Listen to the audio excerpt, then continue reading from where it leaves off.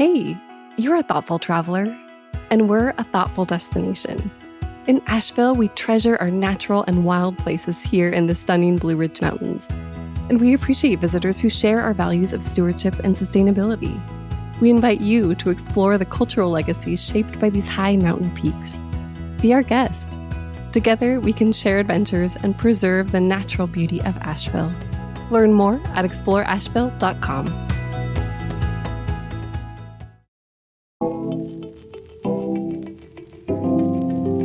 Hi, I'm Sarika, Bansal, Editorial Director here at Afar, and this is Unpacked, the podcast that unpacks one tricky topic in travel every week.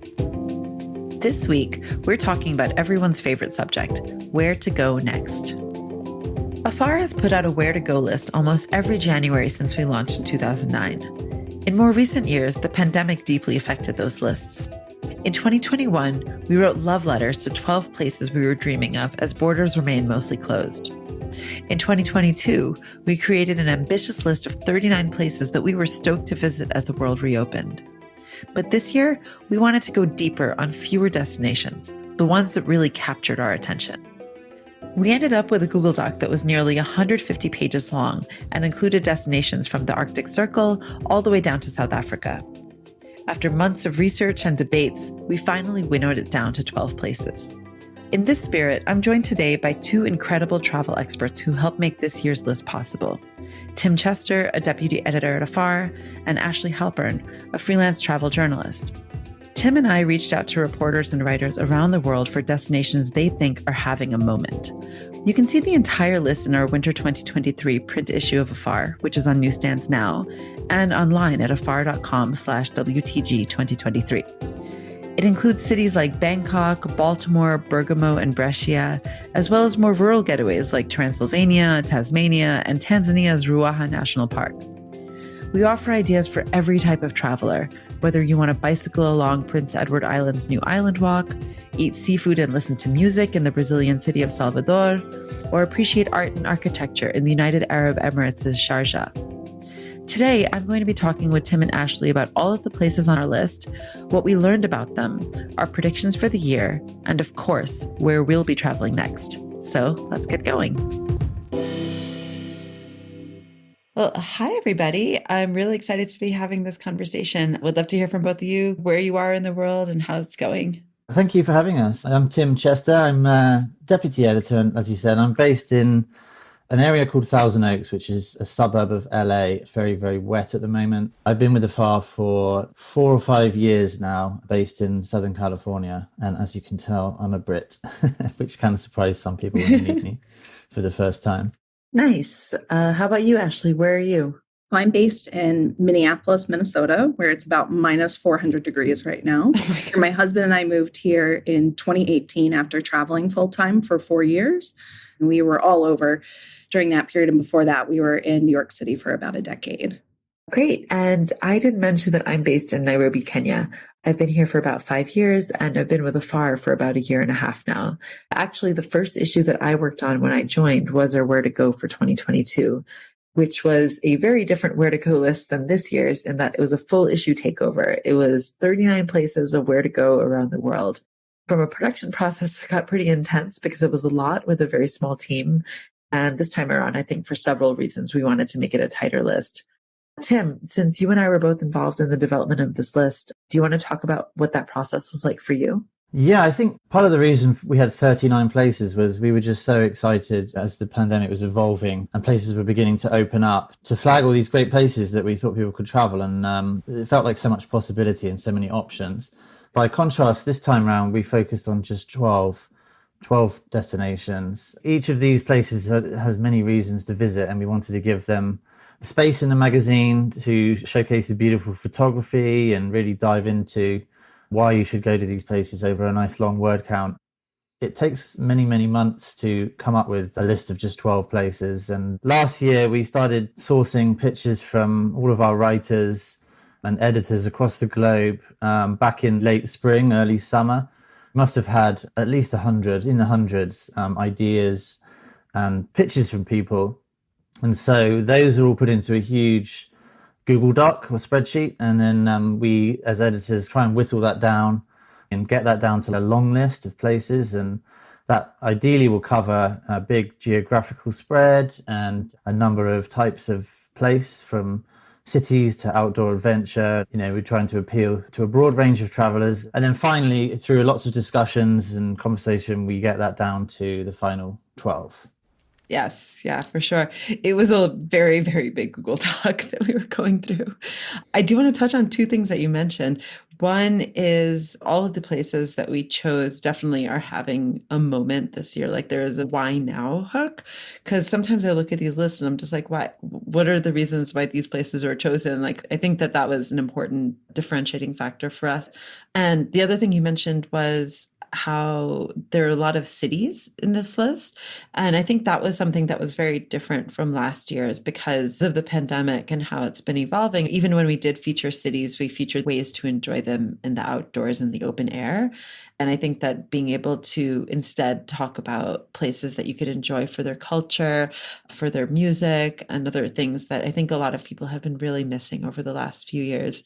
Definitely. You mentioned before that in previous year's list, there was a focus on the great outdoors and social distancing. And this one was a little bit more about coming together in cultural spaces and over a meal in a restaurant or at a concert, or a gig. And in terms of the why now hook, I think some places there's an obvious raft of new hotels, or the restaurant scene is taking off with new chefs. And some of the others, Graz in Austria is a good example, where there's just a sort of spirit of entrepreneurship and community, and there's a vibe that's evolved over several years and it kind of coalesces into a moment.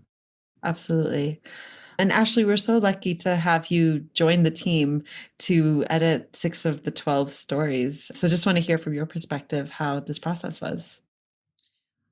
It was really fun. I wasn't involved in selecting the 12, so I didn't have to deal with the unwieldy Google Doc with hundreds of ideas. I just got to find out what the places were right away and then jump into learning, in some cases, about places I thought I knew well because I've lived in some of them, and others that I'd never heard of. And I'm bound to butcher the pronunciation on when we start talking about the actual list, even though I practiced.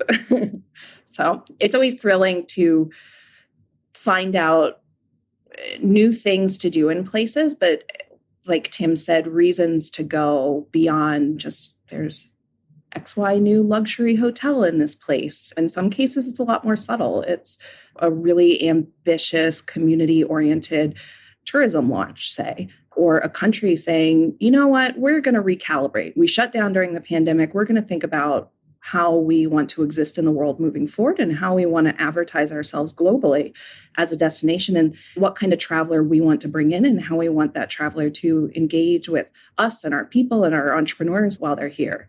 And that, I think, is always exciting to hear about. I'm curious, where was it that you thought you knew and it turned out you learned a lot more about from the list?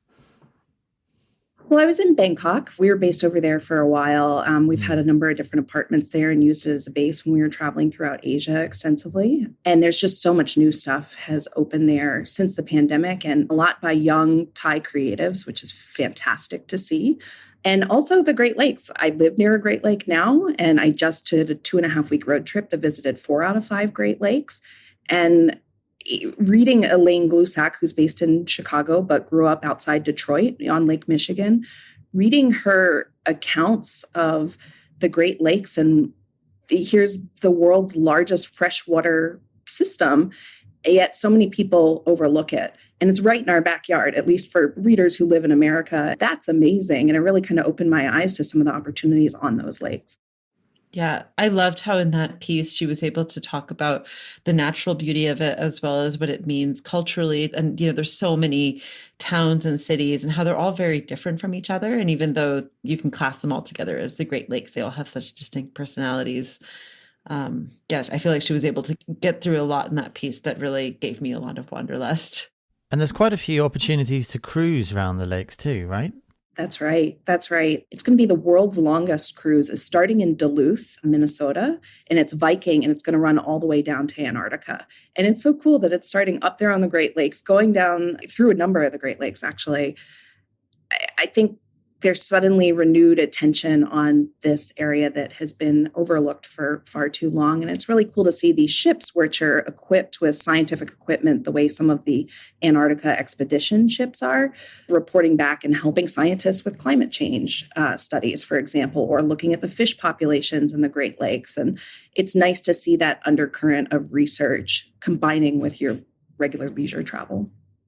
I love how it allows travelers to just have such a deeper, richer understanding of a place beyond just, this is a place where I can take pretty pictures and have nice memories with my family or friends, but to actually really deeply engage in a place, which is something that, of course, is important to Afar and especially to the Where to Go list. What were some of the other places that were especially exciting for both of you to work on?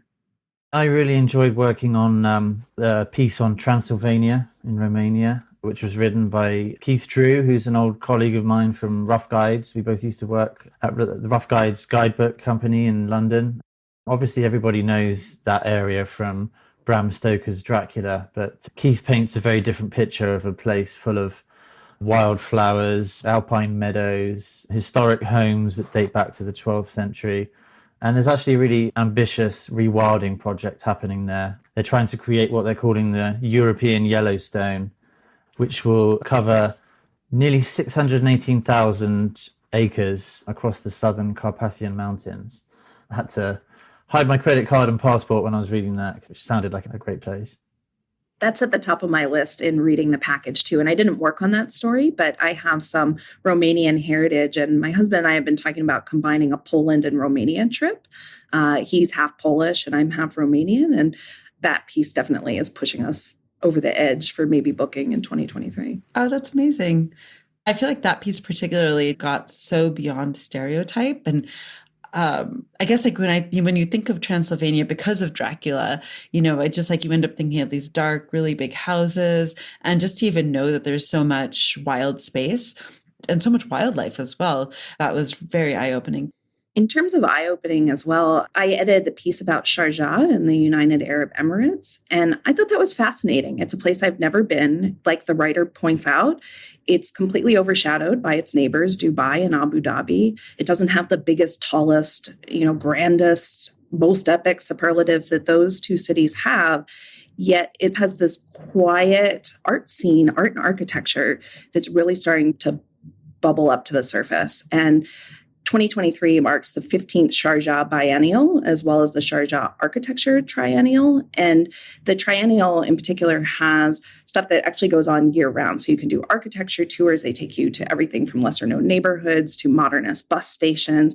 I just found it all really intriguing. That, and I have a shopping problem and want to go and spend all my money in every souk anywhere in the world. So that's kind of at the top of my list too. What was great about that is that I feel like when people think about the UAE in general, it's like it is that glitzy, glammy, really biggest, tallest sort of stuff. And I feel like Nicola did such a good job also of talking about some of the more impressive parts of Sharjah in that way. And also these souks and the kind of more everyday sorts of places. It just painted such a well-rounded picture of what visiting an emirate could really be like. One of the pieces that you actually edited, Ashley, that has inspired me to visit is the Salvador in Brazil piece. I used to be a music journalist, and writer Kayla Stewart's article about the samba and the photo we have in there of the drum team marching through the streets. It just seems like a really fun, vibrant city to immerse yourself in the music. Absolutely. During the pandemic, they had the City of Music of Baha'i open in that city. And it's a museum that has more than 800 hours of music people can delve into to learn more about the genres and subgenres and the Afro-Caribbean history there. It's really rich. And also food. I think if you're into music or you're into food, this is a place you're going to want to go. And to be able to celebrate sort of the Black heritage of this area, this is a part of Brazil that is 80% Black or mixed race. And you see that everywhere you go here, from the names of the streets to the musical celebrations to, of course, the food. And one of the dishes specifically she recommended, I believe it's pronounced moqueca. It's a traditional seafood stew, and that sounds incredible. She also writes about the shrimp stuffed black-eyed pea fritters, which also sounds great. Going back to what you were saying about places where you can really dive into music, it wasn't on our list, but I went to Nashville a couple of months ago, and they recently opened National Museum of African American Music. And they have these amazing screens with headphones where you can choose an artist and then go through this network of influences, peers, and people they've influenced. And I spent many hours in there, basically just standing there listening to music, and I would recommend that if you're ever in Nashville. I love how specific that was, and it's like going to that museum in Bahia. I could imagine really learning about something and getting so deeply immersed in it. I really was glad that we also featured not just Salvador as a place to engage with Black culture, but also domestically Baltimore, which has a couple of really cool openings and things going on. I edited the piece about Baltimore, and Lexington Market. It's billed as the oldest continuously operating public market in the country. So it goes back to 1782, but in the last year, they've had a $45 million renovation. They have more than 40 stalls in there, and half of them are Black owned. They still have incredible places, like you can get your famous crab cakes from Fadley's Seafood. But, there's a husband and wife run Sunnyside Cafe for breakfast, and Black Acres Roastery, which is Black owned. It's also got these 16-foot tall murals painted by a local artist, and then photographs throughout the market by Shan Wallace, which depict Baltimore's Black food culture. So that's a really cool, important opening in Baltimore. And they also have an arena that has undergone a $200 million renovation. Pharrell and NBA player Kevin Durant are behind it. And so that's going to reopen just in time for college basketball. And then I think Bruce Springsteen has a big show there in April. A lot of reasons to go to Baltimore right now. Yeah, for sure. Are there other places that you're especially inspired by on the list? I really enjoyed Debbie Olson's piece on Prince Edward Island, the Canadian province. It's a great option if you are into hiking or cycling. They just opened a 435-mile route that covers the entire island. And Debbie makes a lovely case for traveling more slowly and thoughtfully and meditatively. Also intrigued to see what the fish and chips is like there, because obviously that was a big staple of my diet growing up. And she claims it's one of the best, if not the best, lobster rolls she's ever had there. So another foodie meets some sort of exercise type trip. Yeah. Although I will say on the exercise thing, it is quite flat, unlike the Camino in Spain, which this was modeled after. So I think it is definitely a lot more accessible to a wider range of travelers. And, it is, of course, shorter than the Camino in Spain as well. Also, for anyone who's read Anne of Green Gables, it's just like a way to bring all of that to life and actually see a lot of the places where the book is based and really experience PEI to its fullest. You could definitely do sort of bite-sized chunks of it. The route around the capital, Charlottetown. And you could cycle out or walk out to the sand dunes and visit Prince Edward Island National Park. And they've got some churches that date to the 1800s. There's a sort of interesting, not roadside attractions, but I suppose pathside attractions. They have the world's largest handheld egg beater and various other curiosities like that. Yeah. So, that's worth the trip alone, really, seeing sure. the world's largest egg beater. Actually, speaking of oddities, editing this list was the first time I'd heard of the Museum of Old and New Art in Tasmania. The name sounds very simple, but it sounds absolutely wild. That was Tim's piece he edited, but I did a 3-week road trip around Tasmania in 2015, and it's still the best road trip I've ever done. And the Museum of Old and New Art, or MONA for short, has been around as long and has been just as controversial for as long. I remember going there and they had an exhibition where one of the pieces was just a fishbowl with a live goldfish in it and a knife in the bowl. That was the whole piece. And everyone was so upset about it because what if the goldfish touched the knife? And that's the kind of art that place lives to spark discussion around. It's such a fascinating place. And Tasmania is just like spread my ashes there. It's the most beautiful place on earth. And you will hear Australians kind of like, they talk about it the way sometimes we maybe make fun of parts of the South or something like that. And it's really unfortunate because they are missing out in their own country on like one of the greatest places on earth. But I will be quiet now because it wasn't my piece. I like Mona's tagline on their website. It's drink beer, eat cheese, talk crap about art. Sounds like a good way to spend an afternoon. And Very few people from the mainland visit. It's surprisingly quiet there, right? It just seems like a place that there's just so much experimentation with art. It's completely irreverent, but also just with food and drink. And it has so many ways as well to engage with the Indigenous culture, which is so great, especially considering Australia's history. To be able to really celebrate Indigenous culture in Tasmania is, I think, just very important for any traveler to be able to do. Definitely. And it's only an hour and 15-minute flight from Melbourne. So an easy trip if you're out that way. Actually, what sort of places did you stay in when you visited? Oh gosh. Well, we were renting a lot of Airbnbs at the time and kind of making our way. We did a huge loop around the island, starting in Hobart and going north along the eastern coast from there, and then looped around. It was an old pump house. It might just be called the pump house, that has an incredibly long pier that goes out on a lake. And you wake up in the morning and there's just sort of the fog sitting on the lake, and you feel like you're in the middle of nowhere. And you kind of are, because you're in a forest on an island at the bottom of the world. And that's an incredible feeling. And I would go back there in a heartbeat and tell everyone I know who goes to Australia, take as much time as you need to make sure you can visit Tasmania. Quit your job if you have to. It's worth it. This piece was written by our digital content director, Laura Redman, and I think she's planning to spend a month in Australia this summer. The photo of Wineglass Bay on the Freycinet Peninsula makes it look stunning. And that's such a great hike. Almost half of the island is part of a national park or a World Heritage Area, so it's protected as well. One thing, though, don't go there expecting to see a lot of Tasmanian devils. They've had a lot of issues with the population. There's been illness in the population that they've been trying to recuperate from. And I think I had this impression when I first got there that it would be just everywhere. They'd be, Tasmanian devil crossings in the streets. No. I actually fully expected that there would be Tasmanian devils, so I appreciate your clarification on that. So to kind of like step up a level, of course, Afar is so interested in how travelers can really be aware of sustainability when they travel to places and think about how they can use their time ethically when they're traveling to new destinations. Just wondering if there's anything in this list that really stood out to you in that regard about how travelers can be more thoughtful when they are actually getting up and using the wanderlust we create to plan a trip to any of these places.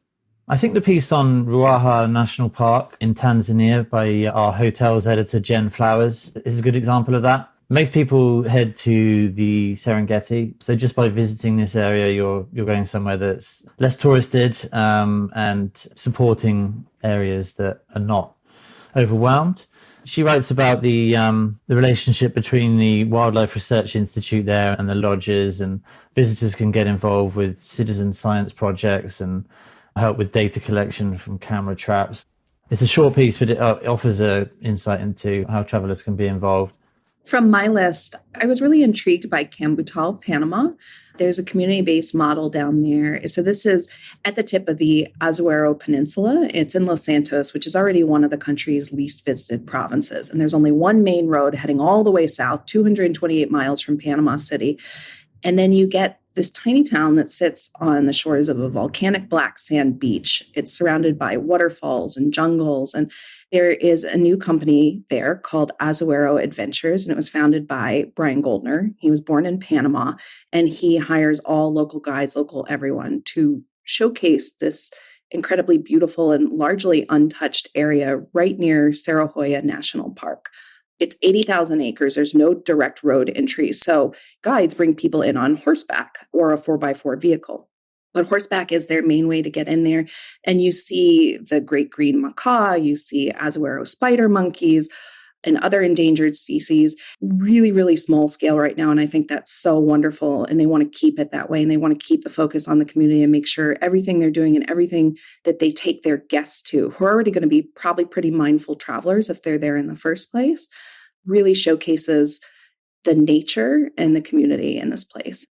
Yeah, I love that. Thinking about how your presence as a traveler can actually benefit a place. It is such a two-way street. It's often easy to just think about like what you're getting as a tourist going to a place. And I think when you're going to a place like Cambutal, going to a place like Ruaha National Park, you're actually helping participate in research or helping give jobs to a community that may not have them otherwise, and really just participate in economies that you're not part of on a daily basis.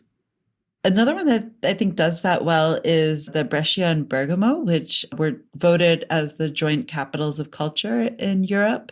They were hit so hard during COVID, and it's amazing to see how these cities have revived and recovered post the pandemic. Yeah, there's a lot going on at both, and a new cycling route between the two, 47 miles past Lake Iseo. The other one that I was thinking about was Graz in Austria, I mentioned earlier, where there's the community spirit and local residents have been opening up the front of their homes to sell their own products and homemade soups and crocheted lampshades and drinks. Just a very modern spirit of entrepreneurship in a historic city, and an easy way for travelers to spend their money in the right places and support local communities and get to meet people. There's a lot of social enterprise there as well. There's shops that are helping young people find employment, and yeah, a lot happening in that place.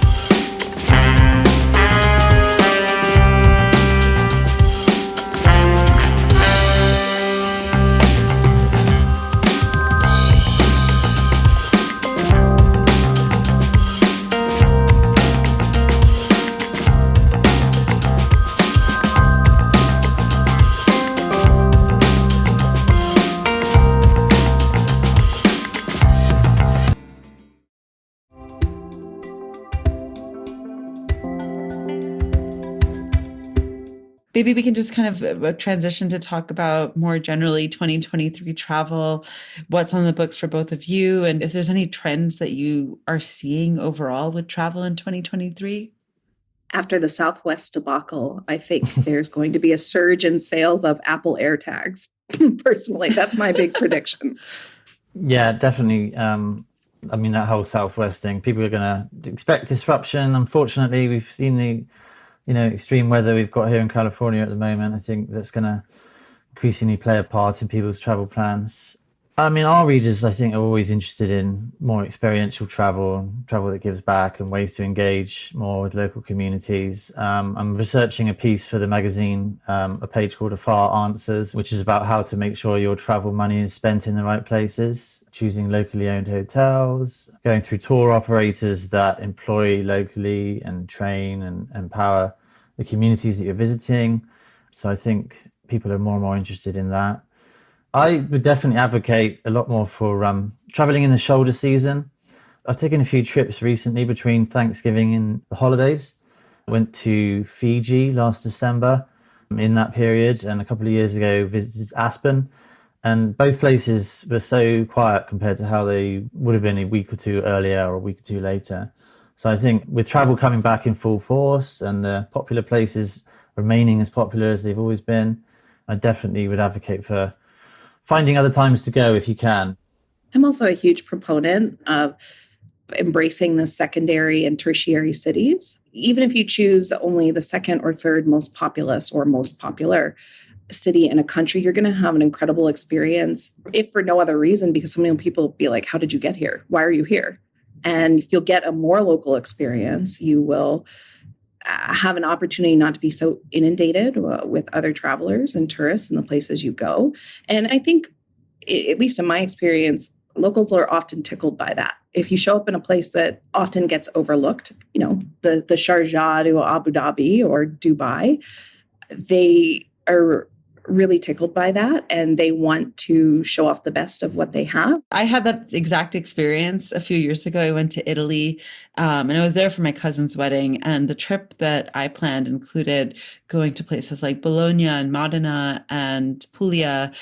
And this is the height of summer. So, of course, it's like the height of tourism in Italy. And when I met everyone for the wedding, everyone else had gone to the usual suspects, to the Rome, Venice, Florence, and were telling me stories about all the lines and how they weren't able to get in to see anything. And a lot of them were traveling with kids, and they were just like, it was hot and they were just in a line. And meanwhile, I felt like we had the entire run of this beautiful old university in Bologna all to ourselves.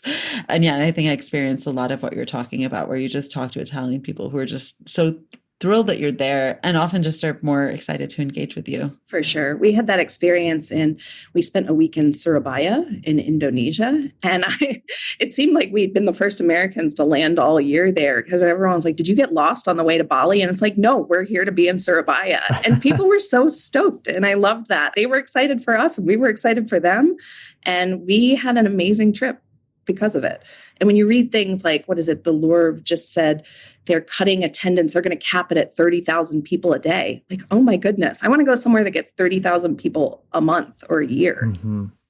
I think that actually is a lot of our list. It was very consciously trying to pick places that were the secondary, tertiary places. I think Ruaha National Park in Tanzania is a really fantastic example of that. It's located in the southern part of Tanzania. Most people go to the northern, to where Arusha is and the Serengeti. And those are also absolutely magical and breathtaking. And I'm not trying to take anything away from them at all. But I do feel like Ruaha sounds like just a completely different experience. And to be able to stay at a place like Asilia, which just opened, and to be able to help participate with research, I think that is such a different type of safari experience than you typically have, where you're just like, shuttled into a safari vehicle, you go out for game drives, you come back, and that's it. Mm-hmm.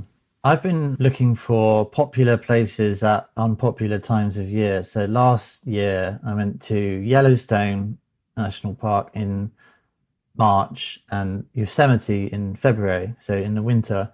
And Yellowstone gets over 1 million visitors in July and something like 70,000 in March. It's a very different experience. There's more bison than people. There's no lines of cars lining up to get photos. There are some challenges. Some of the roads are shut, and we were with a tour group with Austin Adventures, so we had guides who could pivot when they needed to, but it made for a very different experience and very few people. Obviously, we're supporting gateway communities and towns like Gardner in Montana. There's a positive impact as well there. Tim, I remember in one of your Afar answers, you also talked about visiting popular places at unpopular times of the day, which I thought was really like another cool way to be able to experience a natural wonder or man-made wonder of the world. Some of that, especially when I was in Rome, was based on having a newborn. So I was up before dawn. So yeah, make the most of it. How old is your child now, Tim? One boy is 7 and the twin boys are 3. My baby is about to turn 1 in about 2 weeks. And it's funny how much of our whole life obviously was turned upside down, but how travel becomes filtered through the lens of your children, not only what they can handle without having a meltdown, but just so many places I'm considering going that I never would have before, because I want to see him engage with it or see his reaction. My wings were clipped by the pandemic and by 3 kids, so lots of road trips within a 3-hour radius. But I can advocate for all kinds of parts of California that I may not have seen, like the port towns of Oxnard and Ventura near me here and near where I live. It's definitely something to be said for exploring a smaller area in more depth. For sure. I will say the most adventurous trip that we did when my daughter was 8 months old, we went to Mount Kenya. Didn't summit because you can't get to that altitude with a baby, but we did do a hiking trip around some of the lakes. We did have porters that helped us carry our stuff to make it possible. So I do want to shout that out for sure. But it was incredible because there was one day we hiked like 19 kilometers, mostly uphill. Our guides got lost on the way. And by the time we got to the campsite, we were all like a bit crabby and just looked over at my daughter, and she was just like, I mean, of course she was doing no work. She was in the baby carrier the whole time, but she just had this look of just like awe and amazement on her face. And it just sort of actually recalibrated all of us in such a nice way. We're like, we're all safe. We're healthy. So what that we ended up walking a little extra because we got lost? Like, we're in one of the most beautiful places in the world. And let's just, drink that in. And having her there ended up actually being a really positive reminder of the power of travel is, and just, what the power of like beautiful places is. That's so sweet. We just so my son Julian, last month we took him to San Diego. It was his first flight from Minneapolis, about 4 hours. I'm not going to lie and say it was easy. It wasn't. My husband spent half of the flight just rocking him in the galley, trying desperately to get him to stop crying. He's teething really hard right now. But then we landed that day. We drove straight to La Jolla, to the most beautiful beach. We put him down on sand, his first time seeing the ocean, first time being on a beach or being able to crawl, period, that far. Because like I said, it's minus 400 degrees in Minnesota right now. So he can't be outside crawling in the snow. And it just made it all worth it. All the horrendous moments of that flight just kind of evaporate. And you see him crawl across the sand. And it's like, from this moment on, you drank the Kool-Aid. You are going to be as obsessed with travel as your parents are. I love it. Where are you both traveling next? So next month, our company meeting is in Portland, Oregon. I went there 10 years ago, maybe, and cycled around all the breweries looking for sour beer. So I'm looking to see how that's changed. And then in March, I'm heading to Belize to hopefully take a kayak on their barrier reef they have there. Everywhere I go nowadays, I try and find a kayak. So La Jolla, the sea caves there. The sea caves right near me here in California at the Channel Islands National Park are amazing. You kayak into these caves. Some of them are the size of a coffin and you have to pull your way through. And the other ones are the size of a cathedral, and it's amazing. And kayaked in the swamps of Louisiana last year. So yeah, basically anywhere I can take a boat. I have to give a plug in the spirit of our Great Lakes piece for kayaking around the Apostol Islands National Lakeshore on Lake Superior. You can dip in and out of sea caves, and it is incredibly beautiful, these sort of pink, majestic sandstone cliffs. Love it. 2023, I am in a couple of weeks taking, for my son's first birthday, we're taking him to the Maya Riviera in Mexico. We are starting a tradition. In lieu of presents, every year we're going to go on a family trip for his birthday. We chose the first destination starting at age 2, if he can articulate where he wants to go, or at least point to it on a globe. We will try to make it happen. And then I'm also in the process of planning a honeymoon +1. My husband and I got married. We've been together 21 years, but we got married last summer. And so we're trying to figure out where is a great honeymoon with a baby. So we are right now thinking of the Faroe Islands or Scottish Highlands, but we're also looking at Oman, Lithuania, and Lebanon. So if anyone has thoughts on what would make a fun honeymoon with a baby, I welcome it. I love that list, how dispersed it is. So as we are wrapping up this conversation, I wanted to just thank you both so much for jumping on the phone and talking about the whole where to go list.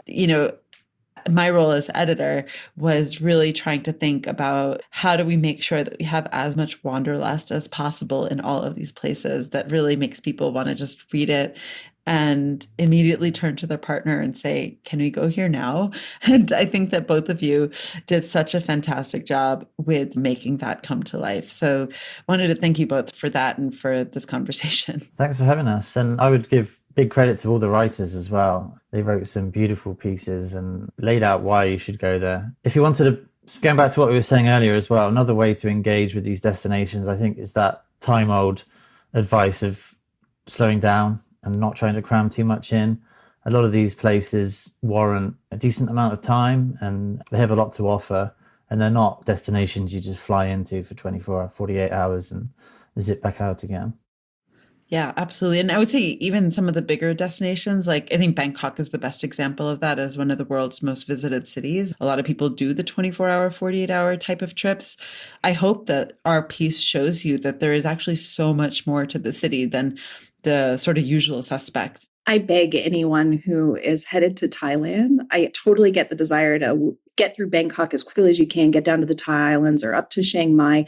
Don't do it. If you only give 24 hours or 48 hours in Bangkok, you'll hate it. You'll spend the whole time sitting in traffic. It is a city that deserves your time. It deserves your love. It deserves an opportunity to show you how incredible it is. And I say that as someone who used to live there and goes back any chance I can get. And Catherine Roman, the writer of that piece, she did an amazing job capturing that and capturing all the young Thai people opening cafes, galleries, bars, restaurants, just making this city a world-class destination unto itself. So do a week there, then do your week in the Thai Islands. That's my advice. Yes. I love it. How can people find both of you and learn more about all of the amazing work that you both do? If anyone's looking for me, I'm on both Instagram and LinkedIn. My profile is just Tim Chester, which is easy. And I am also on Instagram. It's Ashley, ASHLEA, Halpern, HALPERN. I used to post a lot more, but now with a baby, I try not to overwhelm people with unsolicited baby photos. I think baby photos are always welcome, even if they are unsolicited. I used to just put up my chihuahua. Now it's the baby. Your new baby. Well, thank you both so much. This has been such a great conversation, and I can't wait to work together again soon. Great. Thank you. Oh, thank you. Yeah. It's great working with both of you. All right. Have a good evening and good day. Thanks for listening, everyone. If you want to hear more from me, you can find me on Instagram at Sarika008. And be sure to check out Ashley's website, minevangelist.com. We'll link to everything, including our Where to Go in 2023 list, in our show notes. This season, we'd also like to hear from you. Is there a travel dilemma, topic, or trend you'd like us to unpack? Visit afar.com/survey or email us at unpacked@afar.com to share what's on your mind. If you enjoyed today's exploration, I hope you'll come back for more great stories. You can subscribe to Unpacked on Apple Podcasts, Spotify, or your favorite podcast platform. And be sure to rate and review the show. It helps other travelers find it. This has been Unpacked, a production of Afar Media. The podcast is produced by Aislyn Greene and Nikki Galterlund. Music composition by Chris Collin. And remember, the world is complicated. We're here to help you unpack it.